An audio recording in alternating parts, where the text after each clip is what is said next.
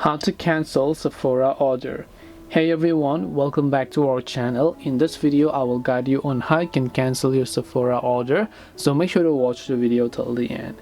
So first let's discuss, before we try to cancel, can you cancel it? Well, once your order is placed, it cannot be modified, and if you would like to cancel your order, most orders can be cancelled up to an hour after being placed. So to check the status of an order, you can check the order details page and you can return your items free of charge for a credit to your account.